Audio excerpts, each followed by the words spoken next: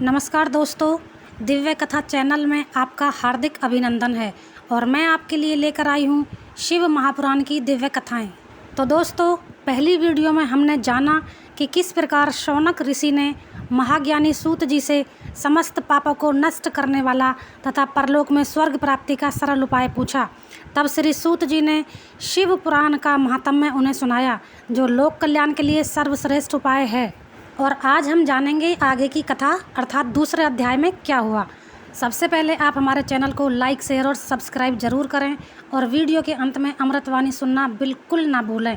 तो आज का हमारा विषय है शिव पुराण के श्रवण से देवराज को स्वर्ग की प्राप्ति तथा चंचुला का पाप से भय एवं संसार से वैराग्य।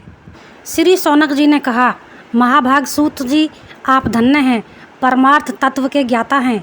आपने कृपा करके हम लोगों को यह बड़ी अद्भुत एवं दिव्य कथा सुनाई है। भूतल पर इस कथा के समान कल्याण का सर्वश्रेष्ठ साधन दूसरा कोई नहीं है।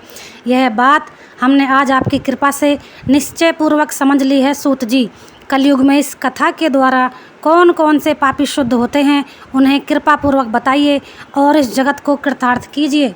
सूत जी बोले, जो मनुष्य पापी, दुराचारी, खल तथा काम क्रोध आदि में निरंतर डूबे रहने वाले हैं, वे भी इस पुराण के श्रवण पठन से अवश्य ही शुद्ध हो जाते हैं। इस विषय में जानकर मुनि ने इस प्राचीन इतिहास का उदाहरण दिया करते हैं, जिसके श्रवण मात्र से पापों का पूर्णतः नाश हो जाता है।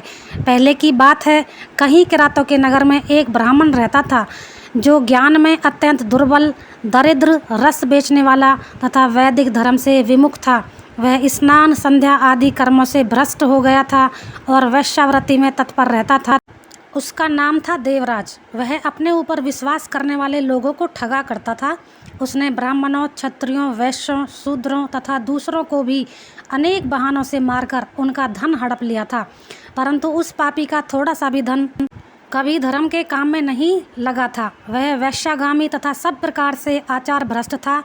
एक दिन घूमता घामता वह देवयोग से प्रतिष्ठानपुर झूसी प्रयाग में जा पहुंचा। वहां उसने एक शिवालय देखा, जहां बहुत से साधु महात्मा एकत्र हुए थे। देवराज उस शिवालय में ठहर गया, किंतु वहां उस ब्राह्मण को ज्वर आ गया। उस ज्वर से उसको बड़ी पीड़ा होने लगी।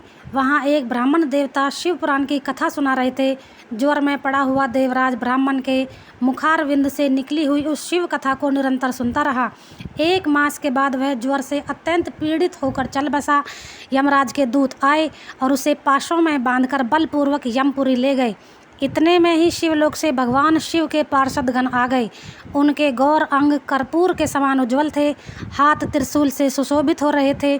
उनके संपूर्ण अंग भस्म से उद्भासित थे और रुद्राक्ष की मालाएं उनके शरीर की शोभा बढ़ा रही थी। वे सब के सब क्रोधपूर्वक यमपुरी में गए और यमराज के दूतों को मार पीट कर बारंबार धमकाकर उन्होंने देवराज को उनके चंगुल से छुड़ा लिया और अत्यंत अद्भुत विमान पर बिठाकर जब वे शिवदूत कैलाश जाने को उद्यत हुए, उस समय यमपुरी में बड़ा भारी कोलाहल मच गया। उस कोलाहल को सुनकर धर्मराज अपने भवन से बाहर आए। साक्षात दूसरे रुद्र के समान प्रतीत होने वाले उन चारों दूतों को देखकर धर्मज्ञ धर्मराज उनका विधि पूर्वक पूजन किया और ज्ञान दृष्टि से देखकर सारा वृत्तांत जान लिया। उन्होंने भय के कारण भगवान शिव के उन महान महात्मा दूतों से कोई बात नहीं पूछी, उल्टे उन सब की पूजा एवं प्रार्थना की। तत्पश्चात वे शिवदूत कैलाश को चले गए और वहां पहुंचकर उन्होंने उस ब्राह्मण को दया सागर सांब शिव के हाथों में दे दिया। शौनक जी ने कहा, महाभाग सूत जी, आप सर्वज्ञ हैं। महात्म्य आपके कृपा प्रसाद से मैं बारंबार कृतार्थ हुआ। इस इतिहास को सुनकर मेरा मन अत्यंत आनंद में निमग्न हो रहा है। अतः भगवान शिव में प्रेम बढ़ाने वाली शिव संबंधनी दूसरी कथा को भी कहिए। श्री सूत जी बोले, शौनक सुनो, मैं तुम्हारे सामने गोपनीय कथा वस्तु का भी वर्णन करूँगा, क्योंकि तुम शिव भक्तों में अग्रगण्य तथा देववेत्ताओं में श्रेष्ठ हो। समुद्र के निकटवर्ती प्रदेश में एक वाशकल नामक ग्राम है, जहाँ वैदिक धर्म से विमुख महापापी द्विज निवास करते हैं। द्विज का मतलब ब्राह्मण, क्षत्रिय और वैश्य होता है। दोस्तों, वे सब के सब बड़े दुष्ट हैं। उनका मन दूषित विषय भोगों में ही लगा रहता है। वे न तो देवताओं पर विश्वास करते हैं, न भाग्य पर। वे सभी कुटिल वृत्ति वाले हैं, किसानी करते हैं और भांति भांति के घातक अस्त्र शस्त्र रखते हैं। वे व्याभिचारी और खल हैं। ज्ञान, वैराग्य तथा सद्धर्म का सेवन ही मनुष्य के लिए परम पुरुषार्थ है, इस बात को वो बिल्कुल नहीं जानते। वे सभी पशु बुद्धि वाले हैं। जहाँ के द्विज ऐसे हों, वहाँ के अन्य वर्णों के विषय में क्या कहा जाए। अन्य वर्णों के लोग भी उन्हीं की भांति कुत्सित विचार रखने वाले, स्वधर्म से विमुख एवं खल मतलब मूर्ख हैं। वे सदा कुकर्म में लगे रहते और नित्य विषय भोगों में ही डूबे रहते हैं। और वहाँ की स्त्रियां भी कुटिल स्वभाव की, स्वेच्छाचारिणी, पापासक्त, कुत्सित विचार वाली और व्याभिचारिणी हैं। वे सद्व्यवहार तथा सदाचार से सर्वथा शून्य हैं। इस प्रकार वहाँ दुष्टों का ही निवास है। उस वास्कल नामक ग्राम में किसी समय एक बिंदुक नामधारी ब्राह्मण रहता था। वह बड़ा अधम था, दुरात्मा और पापी था। यद्यपि उसकी स्त्री बड़ी सुंदरी थी, तो भी वह कुमार्ग पर ही चलता था। उसकी पत्नी का नाम चंचुला था। वह सदा उत्तम धर्म के पालन में लगी रहती थी, तो भी उसे छोड़कर वह दुष्ट ब्राह्मण वैश्यागामी हो गया था। इस तरह कुकर्म में लगे हुए उस बिंदुक के बहुत वर्ष बीत गए। उसकी स्त्री चंचुला काम से पीड़ित होने पर स्वधर्म के नाश के भय से कलेश सहकर भी दीर्घ काल तक धर्म से भ्रष्ट नहीं हुई थी, परंतु दुराचारी पति के आचरण के प्रभावित होकर आगे चलकर वह भी स्त्री दुराचारणी हो गई। इस तरह दुराचार में डूबे हुए उन मूढ़ चित्त वाले पति पत्नी का बहुत सा समय व्यर्थ बीत गया। तदनंतर शूद्र जातीय वैश्या का पति बना हुआ वह दूषित बुद्धि वाला दुष्ट ब्राह्मण बिंदुक समय अनुसार मृत्यु को प्राप्त हो नरक में जा पड़ा। बहुत दिनों तक नरक के दुख भोगकर वह मूढ़ बुद्धि पापी विंध्याचल पर भयंकर पिशाच हुआ। इधर उस दुराचारी पति बिंदुक के मर जाने पर मूढ़ हृदया चंचुला बहुत समय तक पुत्रों के साथ अपने घर में ही रही। एक दिन देव योग से किसी पुण्य पर्व के आने पर वह स्त्री भाई बंधुओं के साथ गोकर्ण क्षेत्र में गई। तीर्थ यात्रियों के संग से उसने भी उस समय जाकर किसी तीर्थ के जल में स्नान किया। फिर वह साधारणतया मेला देखने की दृष्टि से बंधुजनों के साथ यत्र तत्र अर्थात यहाँ वहाँ घूमने लगी। घूमती घामती किसी देव मंदिर में गई और वहाँ उसने एक देवज्ञ ब्राह्मण के मुख से भगवान शिव की परम पवित्र एवं मंगलकारिणी उत्तम पौराणिक कथा सुनी। कथावाचक ब्राह्मण कह रहे थे कि जो स्त्रियां परपुरुषों के साथ व्याभिचार करती हैं, वे मरने के बाद जब यमलोक में जाती हैं, तब यमदूत उन्हें तपे हुए लोहे के पारिक से जलाते हैं।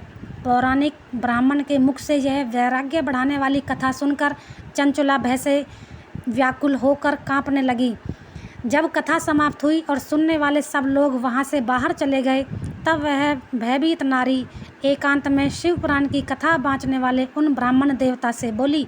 चंचुला ने कहा, ब्राह्मण, मैं अपने धर्म को नहीं जानती, इसीलिए मेरे द्वारा बड़ा दुराचार हुआ है। स्वामिन, मेरे ऊपर अनुपम कृपा करके आप मेरा उद्धार कीजिए।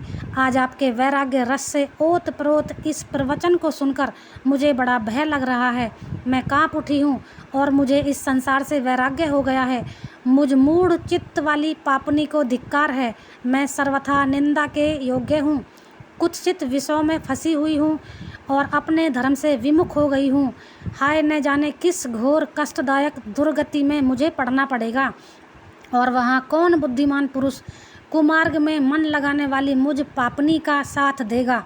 मृत्यु काल में उन भयंकर यमदूतों को मैं कैसे देखूंगा। जब वे बलपूर्वक मेरे गले में फंदा डालकर मुझे बांधेंगे, तब मैं कैसे धीरज धारण कर सकूंगी।